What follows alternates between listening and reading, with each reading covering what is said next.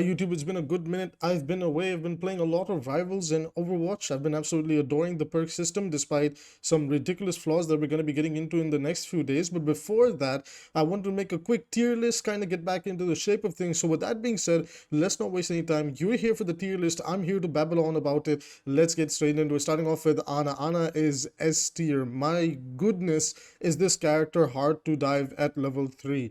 Ana is one of the most strongest supports right now. Like, even though her previous nerf hurt her quite a bit, I think that nerf was probably given because they were anticipating that by level 3, when Ana can nano herself and also the nade can bounce, she's going to be ridiculous. And honestly, if that was like the reason that they nerfed Ana initially leading into the perk system, they were probably onto something, because like for a character that doesn't have much mobility, nanoing yourself, getting juiced up, and then dropping 2 nades or critting enemies, like, my goodness, Ana can hurt. There's even that like little funny meme going around. I'm gonna post it over here on your screen right now, where it's a really funny Winston meme on live support. What did he try to do? He tried to dive Ana level 3. So Ana, a very strong character right now, fits into a lot of compositions. She's certainly having the time of her life with the perks. She definitely still has moments where she's vulnerable, but if that nano boost is online and you're gonna dive her, get ready to just get destroyed in return. Because the second she, let's say if they're playing like an anti-dive comp, they might have a Reaper or Torbjorn setup. My goodness, it is very difficult to dive into the double nano teammates. I think that is a little bit absurd, and the power scaling in the game is still not relative, but like I said, we're gonna talk about it very soon, so we'll get there. Ashe, I think Ashe is doing fine. I don't necessarily want to put Ashe in S tier. I think she's A tier, at least in my experience. We've been playing a bunch of ranked games, we've been playing some scrims, been playing some quick play, and yeah, she feels good. Like, I think Ashe just kind of goes up and down from S and A tier. I think dive is definitely a lot stronger than people want to give it credit for.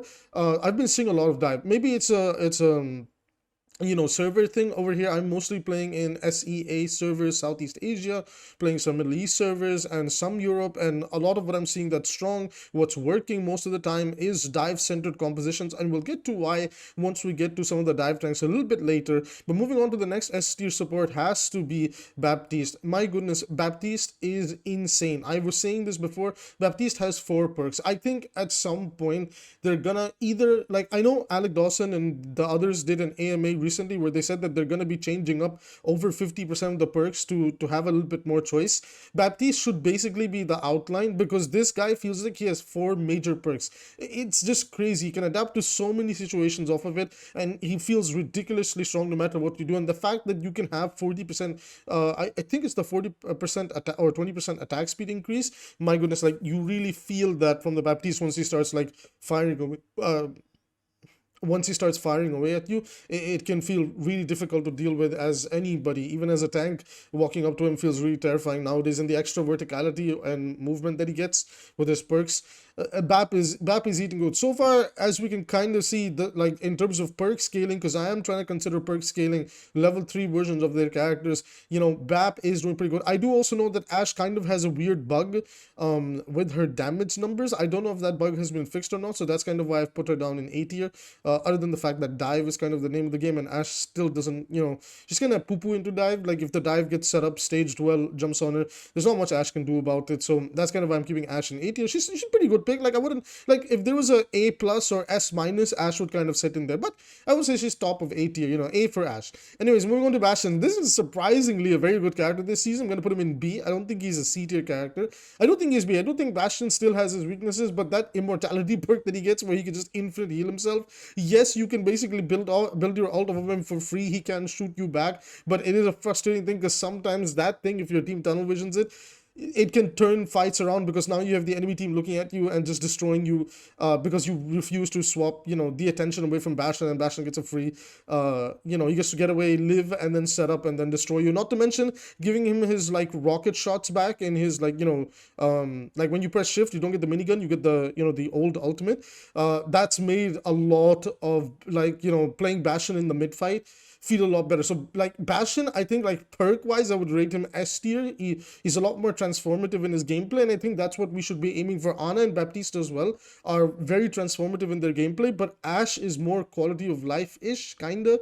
So like I like perks when they're transforming the gameplay to be a lot more, exciting, and I don't like the perks that are just kind of like, yeah, we're meant to kind of help you out, right? So anyways, moving on to Brigitte. So Brigitte is A tier. I think Brig is very good, but like I said, me personally, like, I don't know if I want to put her in S tier. There's very few scenarios and cases where the Brig pick is going as long as level 3.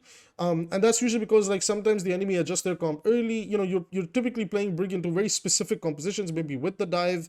You know, maybe you want to play Brig against an enemy diva. You want to play that anti-dive peel playstyle for your other support.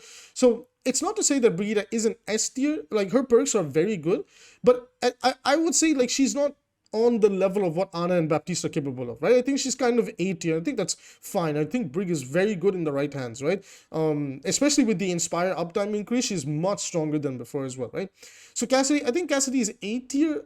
His perks are very interesting. The crit headshot one that, like, reduces your cooldowns. You can do some crazy things with it. I'm sure you guys have seen the clips online now by the noob, like on Noob Hunter's channel, with TENS resetting the roll cooldown over and over again. You know, there's like other people doing this type of garbage too. I've personally been on the receiving end of that. Our tank player got very frustrated when we did feel it. So, you know, I don't want to say Cass is B. I think Cass is A. He's okay. He's A-okay. You know, like Winter Soldier and Marvel Rivals say, I'm A-okay. So he is A-okay as well. I don't think he's S tier, but definitely the perks for Cassidy are good enough. You know, like, I would have personally given him some different perks, but maybe I'll save that for a video in the future. I think maybe he's A or B. Like, he is certainly weak against the dive, and there's a bunch of things he gets outpoked by, but I don't think he's that bad. The new DPS passive, like 25% heal reduction, really helps him with the, you know, being able to apply that pressure with the poke compositions. So at least in my experience and what I've seen, my personal opinion, you're more than welcome to share your commentary down below. I do personally think Cass is pretty strong. Like, I wouldn't say he's I wouldn't say that you can play him everywhere, but like in like scaling wise, playing him where you are by level 3 is a pretty strong character, right? So that's kind of like, you know, it's a little bit difficult to do a tier list now since you have to account for all these things, right? So Doomfist, my goodness, is like I predicted on Twitter, Doomfist is absurd. In the hand of a specialist, you cannot breathe against this guy. The resets on the hand pistol, the empowered punch into empowered punch into empowered punch into empowered punch, it is so tilting the different ways Doomfist can get that off. Then to the Doomfist that are building the more tankier side with the defense matrix, you know, block, and the passive with more HP, then it's like, okay, well, you know, now he's a nuisance who's forcing out resources. We can't actually kill him, and his rotation is so smooth that he's just almost like never dying. It requires a lot of focus, a lot of concentration, and man, Doomfist is really hard to deal with. So I do want to put him in S tier, maybe A tier. Like, you know, if we disagree that, well, Doom is not that strong, I do think he's strong. Look, the problem is Doom's playstyle that they keep feeding into is the punchbot playstyle. So if you're playing punchbot Doom right now, he is definitely very strong. There's no denying it, right? So maybe, I don't know. Do you guys think S tier is a stretch? Maybe I drop him in A, but I'm gonna drop him maybe in A. I don't know. Maybe S is a little bit of a stretch. I don't know with Doom, because I do know he requires a little bit more of a specialist to get max value. But then if you're punch botting on him, you don't really need to be a specialist. Just understand the logic of punch botting and you can max value him. So I don't know. Maybe I throw Doom down into A. It gets countered by a bunch of things still. But yeah, maybe A with Doomfist. So D.Va, I think D.Va is very strong. I don't like D.Va's perks. I see what they were trying to do, but again, it's not transformative enough. But D.Va's neutral gameplay is so absurdly strong, and with the supports and everything else, D.Va like feels very damn good. I also like her new rocket shots. They hit like a brick wall. By the way, if you thought the previous micro missiles were the problem, if you're good at controlling the new micro missiles, trust me, in my experience, even on the receiving end, my goodness, that shit, like her kill time is at an all-time high. She's so strong. So I know, for me personally, D.Va is S tier tank. I like her a lot. Again, we're not looking at the super 1% side of the game. We're looking at like the average games. We're looking at, you know, maybe like mid-masters and below, right? A little bit of that is what I'm considering, right? Like what are the games looking like here and there? Unironically, the game is pretty damn healthy. It is like all compositions at the moment are feeling viable, with very few heroes feeling like they're in a bad spot, and we'll get to them. Right now, 𝐒𝐿 is absurdly strong. I like, there's no way people don't understand how good 𝐒𝐿 is. The resets on flight per elimination, the way you can like the duplicate copy health thing, like 𝐒𝐿 scaling is amazing. And she was already an insane DPS. Like she was never ever below A tier, but now I think like if you understand 𝐒𝐿's gameplay flow and you kind of like are able to build that new muscle memory with the resets and like, you know, chain combos, even the more radius on your explosives, like the more explosives but less damage, it's not that bad. You can actually build ult very, very fast against brawl comps and poke comps that kind of want to sit together. You can go crazy. Especially since I would say Orisa has been on the rise. A lot of Orisa players are using the barrier perk, and so bunker comp has finally made its unique return into the game. So if they are playing like that bunker poke comp, then you know, if you get the angle with Orisa, my goodness, with 𝐒𝐿, you are able to build your ultimate very, very quickly. Now that takes us into our next character, and that is Genji. You guys know this is my boy. All right, you guys know I'm very harsh. You guys know I'm very, very careful with where I place Genji. But in my personal opinion, this is possibly the first time that I'm willing to say I unironically think Genji is S tier, right? I actually believe Genji is S tier. Now, I think his perks are kind of poo-poo. He's definitely been feeling a lot better in the past few patches. He's had a much better time.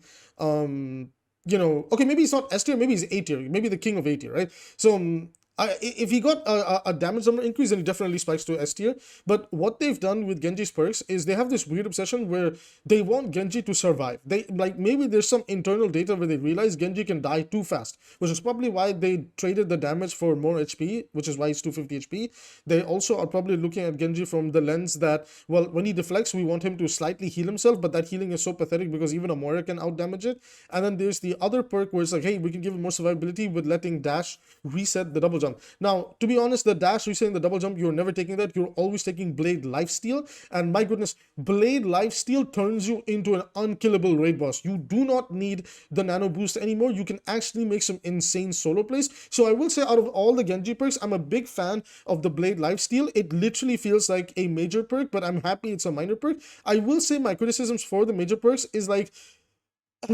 I understand what they're trying to go for, either an aggressive playstyle or a little bit more passive playstyle if they have, like, you know, more things to deal with you. But in my opinion, if you were to keep these perks but then like make them better in scaling, I think for both perks, number one, you remove the condition on the bleed effect. Just allow Genji to dash through people and apply the 25 bleed. It barely does anything. It's that pathetic. I think a lot of people have kind of admitted that, yeah, no, like nobody feels the Genji bleed perk. So I think we're in a position in the game, and the game has evolved and been power crept so much that we can actually give him his bleed, because, you know, this was not something the Junker Queen had. Genji had this way back in early Overwatch 1. So anyone, like those of us that played that beta build, like we remember what that was like, you know, with the Bastion, with the shield and everything. So I think we're in a position now where we could even rework Genji's dash to having the bleed to help with his breakpoints. I would be open to that. Or, in my opinion, remove the condition that, okay, well, he first needs to get an elim, then the bleed can start. No, just allow the dash to have the bleed, and I think he'll be fine, because like it doesn't, like, it's a bleed effect that builds up over time.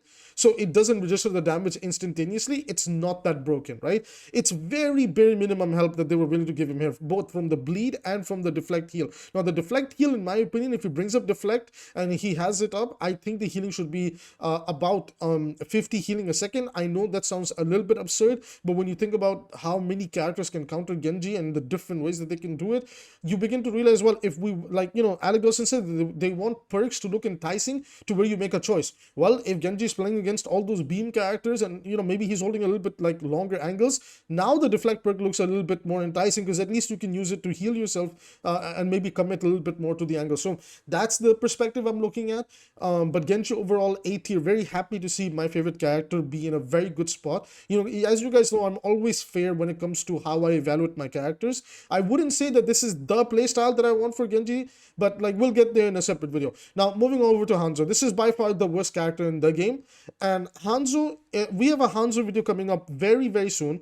And this is probably going to be my most aggressive rant yet. So spoilers alert, this is going to be the most aggressive rant I've ever done. I have never seen a character be as mishandled, as mistreated, as absolutely guttered the way Hanzo has been guttered. His perks are utter garbage. Half of them don't do anything to help with his gameplay. One of them has a ridiculous condition to barely help him in the mid-fight. And by that point, once you have hit the major perks, Hanzo is so pathetically outscaled by everything else in in the game that you are sitting there and wondering, why am I even playing this character? And the better Hanzo is coming out the next season. So that is why even now I'm ranting. I'm terribly sorry, excuse me for a moment, but this is like my second most played character, and he's been treated like absolute dog shit. And even with his old arrow charge speed, if you go and play the Overwatch 1 classic game modes and everything, he is still a character that gets shit on by everything else in the game if you know what you're doing. And this character has been unnecessarily nerfed for the low elo silver gold players who cry because they don't understand how to position or how to play anything that needs to dive in enemy front line and take him out swiftly and then work around the team and respect his gameplay loop. But you know, it is what it is, because now at least the silvers aren't crying that Hanzo, who can't climb to gold and plat, is not dominating the game in silver anymore. Seriously, Hanzo has not been meta once in Overwatch 2's lifespan, and he's been a character that they've dwindled around with. And if overbuff is anything to go by, you know, he has a 46 to 48% win rate. What the anyways, moving on to the next character, we have Jungle Queen. I like Jungle Queen's perks. I don't have much to say about her. I've not messed around with her. I've just heard positive reception about her perk systems. A lot of people kind of say that they're very quality of life, but Queen has been feeling much better more often than not lately. So I'm willing to drop her in the A tier. I've played with her. My tank player is the one who's kind of like been telling me, bro, trust me, like Queen is very good. Like, she's probably not going to be played everywhere, but in the areas where you are playing her, especially against like the barrierless tanks, she's feeling much better. So Queen, I like her position in the game right now, right? I think she's in a pretty powerful spot. Moving on over to everybody's favorite, Rat himself, the junkie boy, Junkrat. Now, I think Junkrat's perks are a bit of 50-50. It kind of reminds me of the Genji situation, where it's like, I see what you're trying to do, but I don't think you're doing what I think you're doing, right? Or like, I think that's the best way to describe it. Like, his perks are also in a position where it's kind of like, you know, one of this is really good and one of this is really bad. Now, one of his major perks literally turns his like his grenade launcher basically into a hit scan, basically into a hit scan grenade launcher, which is interesting. You can definitely force yourself into the more duelist Junkrat playstyle, which is a lot more enticing, a lot more fun than the spam down main Junkrat playstyle. So I like that they fed into that. There's definitely interesting things that they're trying to do with, okay, if you just leave the mine on the floor, arm it, it'll do like 150 or 180 damage, I think. It one-shots Tracer, and it is really not that hard to set up, because Tracer players is blinking around at the speed of light that they never pay attention to your concussion mine. You can just eradicate them. However, I will say that even though I like a lot of Junkrat's perks, I wouldn't necessarily say that he like ultra hardcore scales the way that some of the other characters are scaling when their perks come online. But I think Junkrat's in a very, very, very good, strong spot. I'm almost at a point where I want to put him in A tier, but because of how good the flyers are this season, if you pick any flyer into Rat right now, the character just loses all agency. Like, if a flyer is not in the lobby, or maybe the enemy team is not playing a very good dive, Junkrat's probably A tier. But on average, if the flyer is in the lobby, because like right now, at least in our servers, Pharah is ridiculously popular, Junkrat just kind of gets relegated to a B tier character. You're almost like okay, I have to swap it up, otherwise like Pharah is gonna farm me all game. So Junkrat, I like where he is.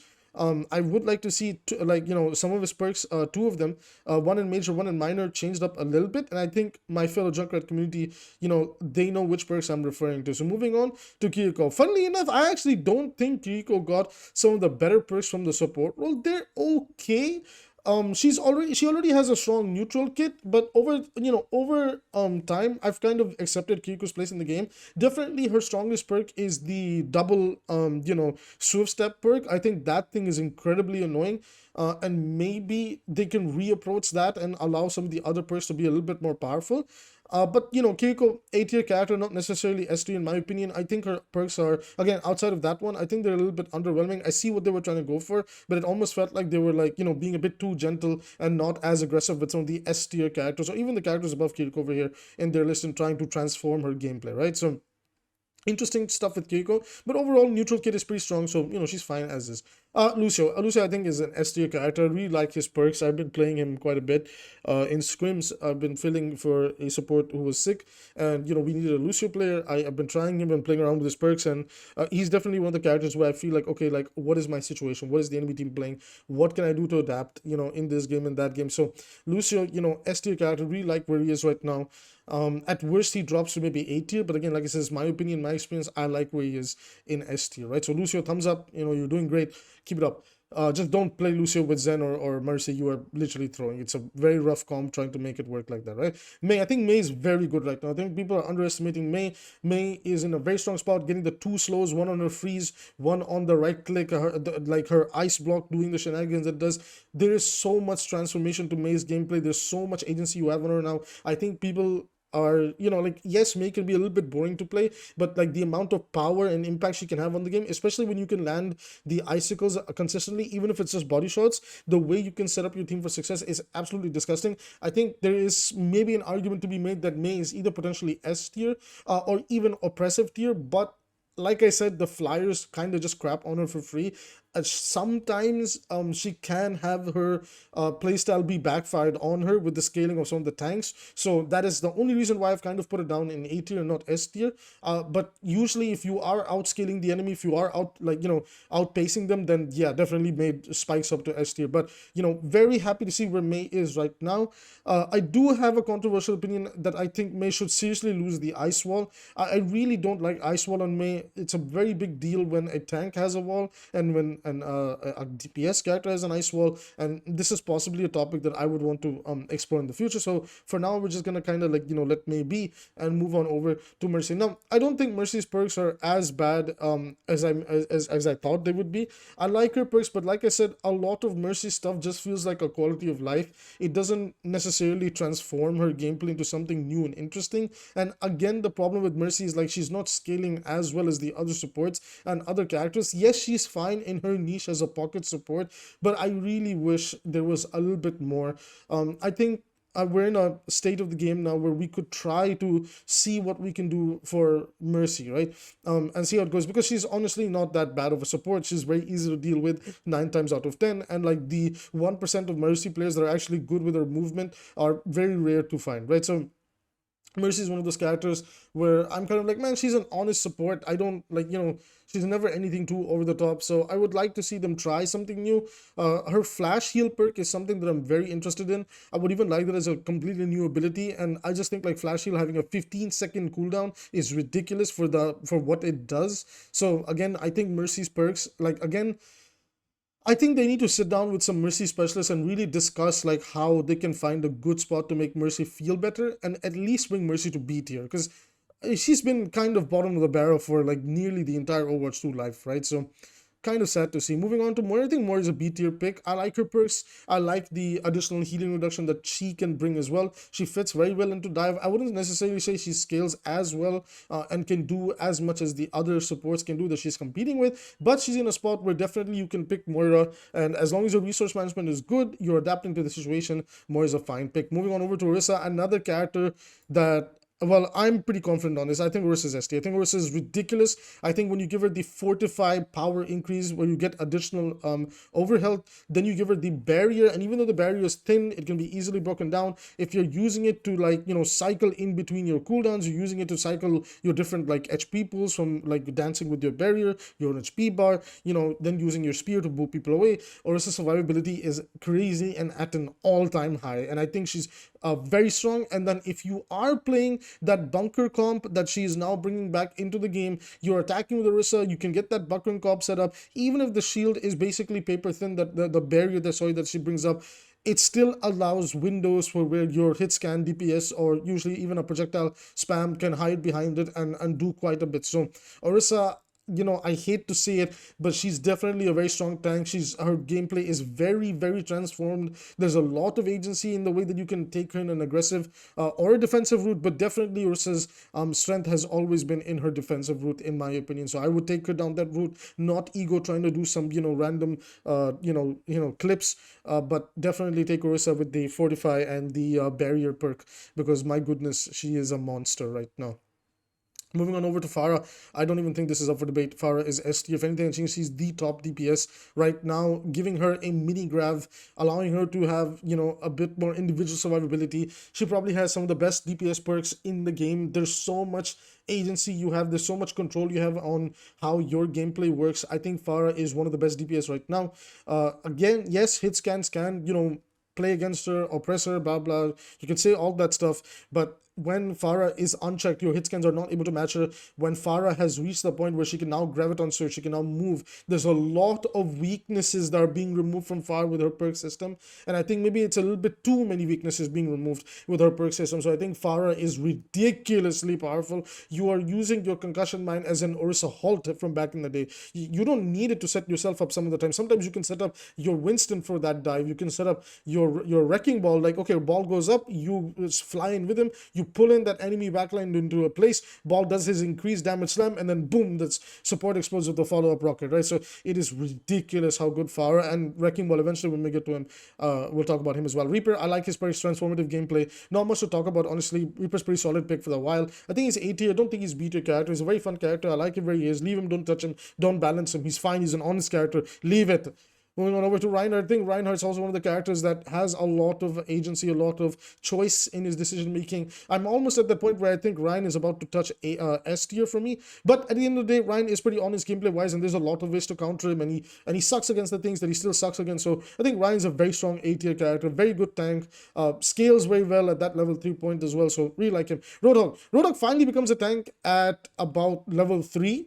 And I really like a lot of his perks. I like the whole, you know, when you hook somebody, you get 2 more ammo. Sometimes you're poking. You hit a reload, you hit a hook, you forget to reload. So I like that. You know, I like that. It's like I said, Hogs is a little bit more quality of life. And then by level 3, you definitely want the perk that heals your team as well. But by the way, can anybody confirm, when you're healing your team, do you use more healing resources? Because if that's the case, that's a little bit absurd, right? I don't think Hog needs that in his kit. That's just my personal opinion. You're more than welcome to share if that's the case or not. But I like being able to you know, provide something for my team if we are being pressured. And if you are playing Hog for that anti-dive or to brawl out characters like, let's say, maybe Junker Queen, Mauga, Ramatra, Hazard, then definitely sustaining your team yourself at that extra added poke and pressure, Hog's able to take those better dudes. So I wouldn't necessarily say he's A tier. He's definitely a very strong B tier character right next to his buddy Junkrat. Sigma, I like Sigma. I think Sigma has always been an A-tier character on his particular map. Sadly, he's always going to be a map-dependent pick. However, as a map-dependent pick, he is A-tier. He's pretty much only being played on the poke map. Still, in my opinion, he still gets disgustingly destroyed by a lot of the brawl and dive tanks. And sadly, his perks just, in my opinion, don't do enough to deal with that as a weakness. They just kind of enhance his gameplay. In that regard, specifically looking at his position in the game for those poke maps, I think Sigma is a pretty solid A-tier tank, filling in that, like, you know, poke based role. But now he's kind of competing with Orisa as well, because Orisa can eventually scale into playing those poke maps now as well. So that's just, like, you know, what I've noticed, seen and felt in my regard. Sojourn is very strong. Do I really need to explain why Sojourn is strong? I think all of us have been traumatized by Sojourn to the point that I really don't want to talk about her, because I actually get nightmares. So, like, Sojourn is S tier. As for Sojourn, you guys probably know and understand why. Very strong perks, the extra charge and everything. There's so much I could be ranting about, but I might save Sojourn for another video. I do love Sojourn. I like her gameplay. I have my suggestion for a rework for her. It's very simple, because I just don't see how you can ever balance her to feel better to play and healthy, like, in terms of playing against with a kit like this. So for now, Sojourn S tier DPS, very good if you have a decent hit scan owner. Soldier 76, hate to say it, Soldier's problems are not his perks. I like his perks, but his problem is that his performance in the game when it comes to damage numbers is terrible. And we had Overwatch 1 patches with the classic patches where Soldier has 20 damage and he's still not that good. So I don't know what they're holding back the trigger. In my opinion, you can put Soldier to 19 damage right now and he wouldn't even be that oppressive. There's so many things in the game that counter him. Sojourn is the better Soldier 76. So it's just one of those things where it's like, come on, man, give Soldier some love. He's like such a fun character. He's not even that oppressive. Like, I've never ever heard anybody complain about Soldier 76. And if you see complain about Soldier 76, man, come on, brother. Like, skill issue, grow up, man.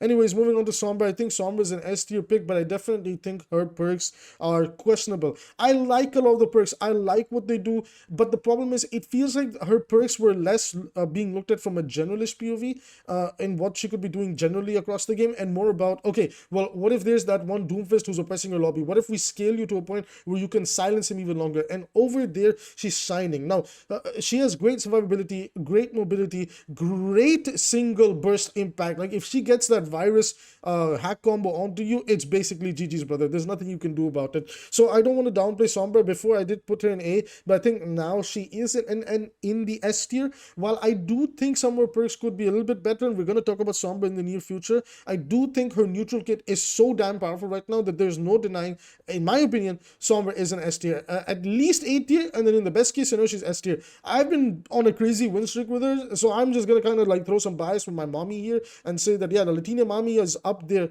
on that STS for Sombra, as they say. Moving on to Symmetra, I think Sim has scaled very strongly with her perks. I feel like people are sleeping on her, especially since another turned ironclad boy is dominating the game as well. But Sim on her maps, King of the Hill, some defense maps and some attack maps, she is ridiculous with the tankier teleporter to guarantee teleporter plays, with the additional sentry turret to bring more neutral mid-fight pressure. The Symmetra specialists are tearing up some lobbies. Very strong A-tier character, scales very well across the game, but does need the help in the early game to scale. And then by level 3, she's a monster with that ginormous sniper beam that can destroy the life of a tank player at ease. So with that being said, moving on over to the next S-tier character, it is Torbjorn. Torbjorn is ridiculous right now. I've been saying it for seasons and seasons and seasons that Torbjorn is very good, and people just don't see the vision because he doesn't get abused enough. And all he was missing was somehow this ability to put the turret on an off angle away from where these dive characters cannot reach it, and sometimes even the brawl comms and even some poke comms that cannot touch it can do nothing about Torbjorn. Torbjorn is ridiculous right now. The E perk that like gives him the instant reload, the this, the that, his uptime is crazy, the turret angle taking for free to apply the DPS passive is crazy. It is ridiculous. Nerf this character. I hate Torbjorn. Torbjorn to me is like the most dishonest what is it? He's the most dishonest, like, hero shooter character I've ever seen. I love his character. I think he's ridiculously fun to play. But the reason he's so fun to play is there's so many things you can cheat code on this character. And I know people can say that, you know, well, you can play Pharah and Echo, sometimes even like a Hanzo into him and dominate him. But this fucker is so tanky now. He's so, and like with the game scaling throughout, you know, the matches, how easy it is to farm tanks with him, because he's like, you know, he was the Reaper before Reaper got scaled up over time. So he's still good at bursting down tanks. He's still good at doing really, really good pokes. So Torbjorn, my goodness, he has a lot going for him. S tier character. I've been traumatized by him, and I've also been abusing him. Hollywood point A is GG's if you're trying to play dive over there into a Torbjorn like off-angle turn setup. It's very difficult to deal with Torbjorn. Moving on over to Tracer. I think Tracer's S tier, you definitely need somebody who understands how to play Tracer, where to play Tracer, how to utilize her perks, max value. But Tracer feeling pretty damn good this season, I will say. Maybe I think S is a little bit of a stretch. I'm almost feeling like I want to put her in A because of Torbjorn, Sombra, and even a good Sojourn or Pharah can make Tracer just feel a bit awkward. But with some of the shit that I've been seeing in ranked, I'm inclined to believe that, okay, I think Tracer, you know, in the right hands can scale like crazy, and then at worst she's maybe A tier. So I don't know, I'm gonna just put Tracer in S tier, right? Widowmaker is scary. I think Widow's perks are pretty damn good. I won't necessarily say that she is A tier. Dive is strong, so it is able to kind of take care of Widow, but when Widow gets set up, I mean, she becomes server admin. I don't know, like, do I consider Widow as server admin? Like, her perks become so, like, even though her perks are pretty damn good, I don't even consider the perks, because it's like, at the end of the day, the one shot catches you, deletes you, what can you do, right? I don't know, I might just have to put Widow in S tier. She's a very awkward character to look at. She's a very awkward character at any point to approach, and it's just crazy that we guttered Hanzo, but we never ever once thought about, well, let's try the same approach with Widow and see what happens. And I don't know if that's a bias on the balance team or what's going on, but man, Widow, very strong on her maps. She's a little bit rougher to play on maps that are not necessarily poke based. So in that regard, she's an average S to A tier character depending on the map.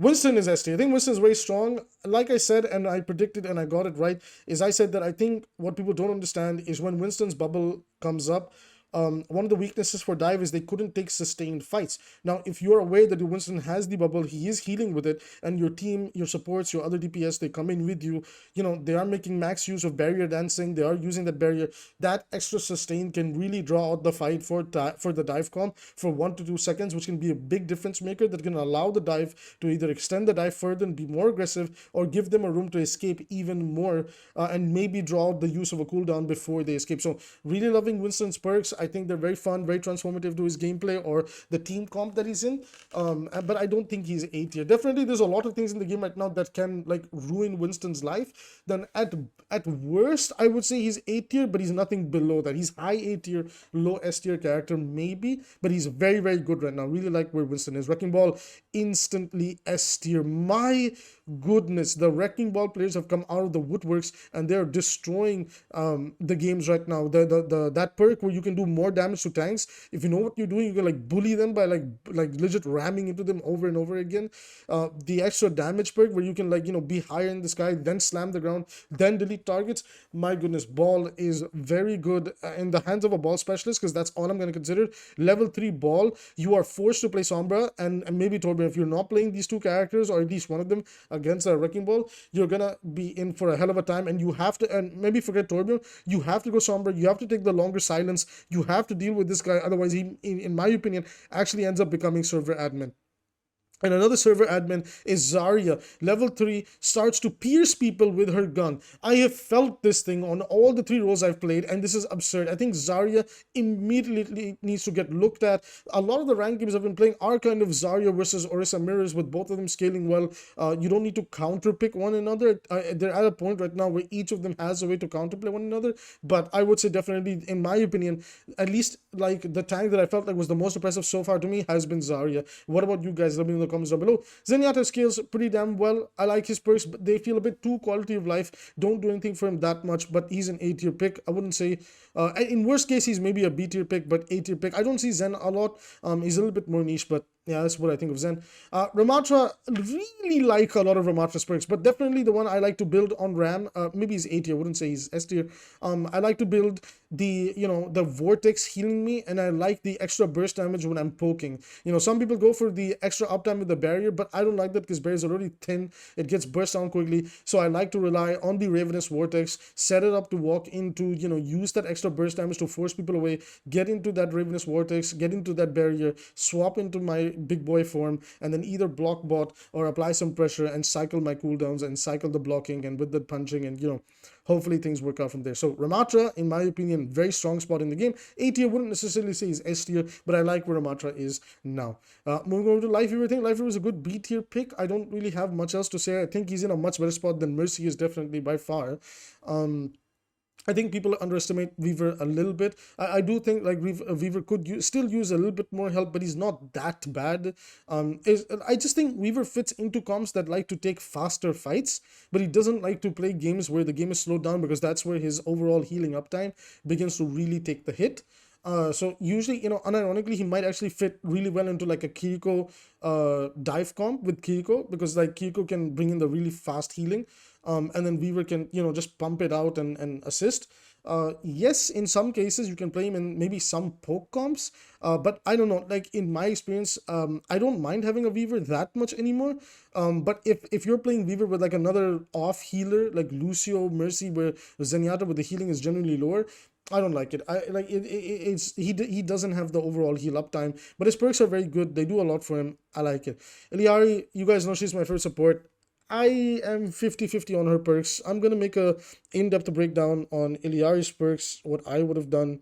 There's a lot of stuff from 𝐒𝐈𝐈's concept days that they revealed that I wish was in her perks. So 𝐒𝐈𝐈, I think she's B tier. I don't think her perks did enough to really help her out that much. Some of like I said, it's not transformative to her gameplay. It feeds into the same boring garbage playstyle, but now she doesn't even have the breakpoints to be strong. I think Zen is a much better poke support than her right now. So yeah, Mauga, I like Mauga. I think he's A tier tank. Don't think he's S tier. But his perks are pretty damn good. He feels pretty good to play, and I think that's all I really have to say about him. Venture, same thing about them as well. We don't have much to say. I think they're very, very strong. I like their perks. I like the cooldown reduction when you use your ultimate, and Again, I wish the gameplay was a little bit more transformative. It's a little bit more quality of life and, just kind of speed things up on the character. But overall, very good. I think Venture is a very strong character right now. A lot of people kind of sleeping on them. So moving on over to Juno. I think Juno is very strong. S tier character still. Perks are absurd in the amount of mobility they give her and everything else that she can do. Her crit is nice, but kind of useless. You don't really care about that. You kind of just want to heal bot on this character most of the time and set up your team for big pushes with the E. So you should be building around survivability, and I think like level 3 Juno is a very, very problematic character to deal with. I just look at like level 3 Juno as if we could like rework Mercy today, that's what she would look like Juno now. Finally, Hazard, in my personal opinion, I don't know where to put Hazard on S or A. I think Hazard is still pretty damn strong. He does not like taking games against Zarya and Orisa, especially if they're outscaling him. I don't know, I might put him in high A, maybe low S. I don't know with Hazard, so I'll just put him in high A. But that's going to be it for my tier list. Everybody, let me know what do you guys think? Like in your opinion, like where would you change this tier list? Again, our experiences might be a little bit different. I'm playing in these servers. This is what I'm seeing. My rank at the moment, I've not played rank in a very long time. I got the SR reset, so at the moment I'm like approaching on one of my accounts. I'm near Masters basically. We're in Masters. We're trying to climb upstairs from there. So this is my experience so far. Quick play is a little bit different. I understand. I'm trying to look at it from all perspectives: the casuals, the competitive, then the scrim. Our scrims, we have teams that are like GM. We have people like that are champions sometimes. We have a little bit of everybody in scrims. We divide it accordingly. So let me know your thoughts, everybody, in the comments down below. We will have the Hanzo video as the priority coming out most likely in the coming few days. So be on the lookout for that. With that being said, I will see you in the next one.